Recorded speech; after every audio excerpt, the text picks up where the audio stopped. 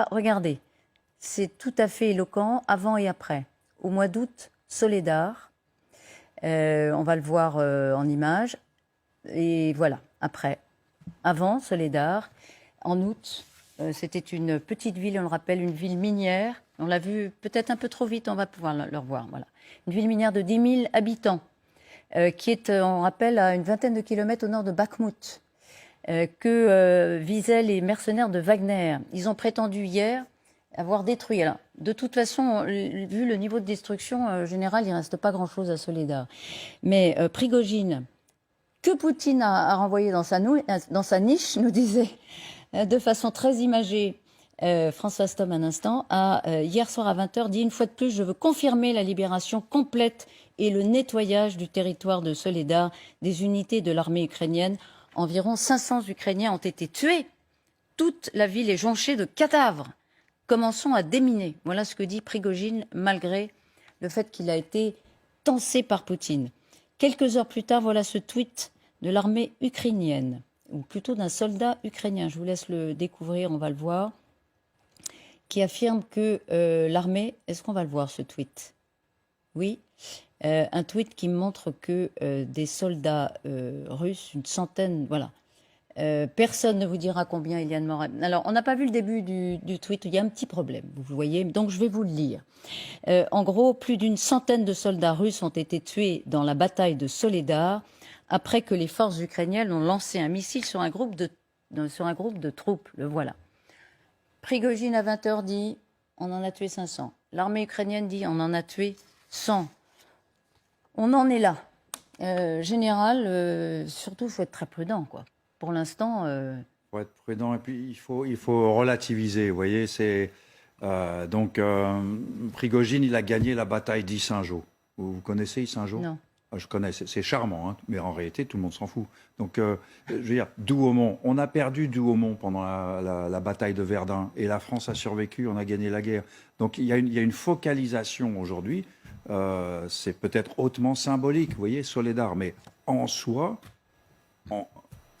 c'est vide de sens, voilà. C'est vide de sens militaire. Oui, voilà, c'est une bataille symbolique, mais...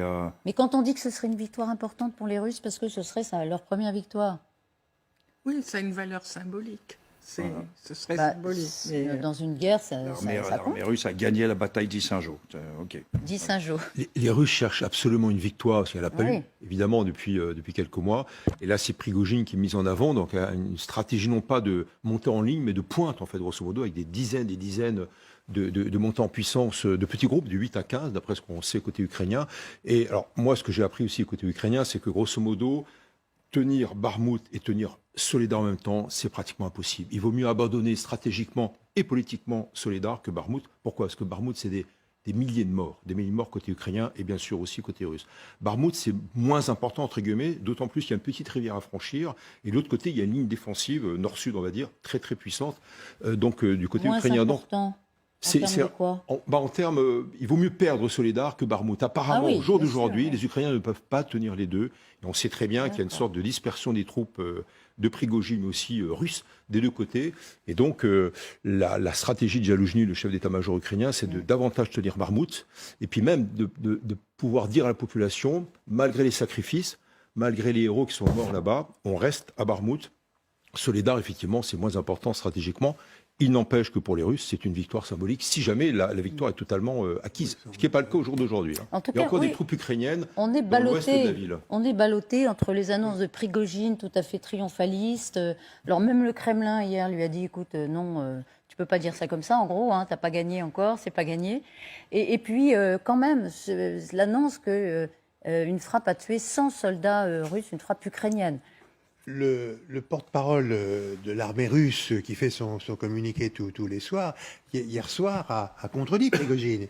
Il a dit, d'abord, l'armée russe se bat, et pas seulement Prigojine, et elle continue de se battre. Donc ça veut dire que c'était pas complètement terminé. Et Prigojine, dans la journée, avait diffusé cette vidéo de lui-même avec ses soldats en disant « j'ai vaincu à Soledar ». Et apparemment, d'après ce qu'on croyait voir sur les photos, il était dans la fameuse mine de sel, qui est un de ses intérêts principaux, puisque Soledar, je crois, je parle sous votre C'est une contrôle. cité minière. Ça veut dire, c'est ça, ça veut dire don du sel, n'est-ce pas? Oui, mais c'était pas les mines de sel de Mais Soledar. c'était encore une image fabriquée, Fabriqué, comme c'était d'habitude. des mines de sel Donc, en de effet, Donetsk. Alors attendez, il Prigojine n'était est un pas, rableur, pardon, et c'est il très n'était pas dans la mine de triché. sel de Soledar. Voilà. Il a Ah. triché, il a prétendu qu'il était à Soledar. Donc En il fait, a menti c'était- sur tous les points. Voilà. Quel Sur tous les total. points, y compris sur la victoire finale. Ça, c'est sûr, François qui aurait Stob. été sa victoire. C'est sûr qu'il a fait un photomontage. Voilà. Ou en tout cas, il a prétendu être où il n'était pas.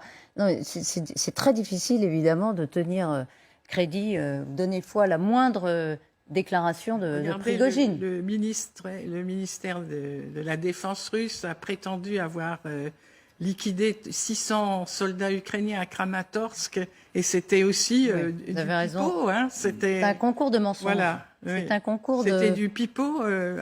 mensonges. Donc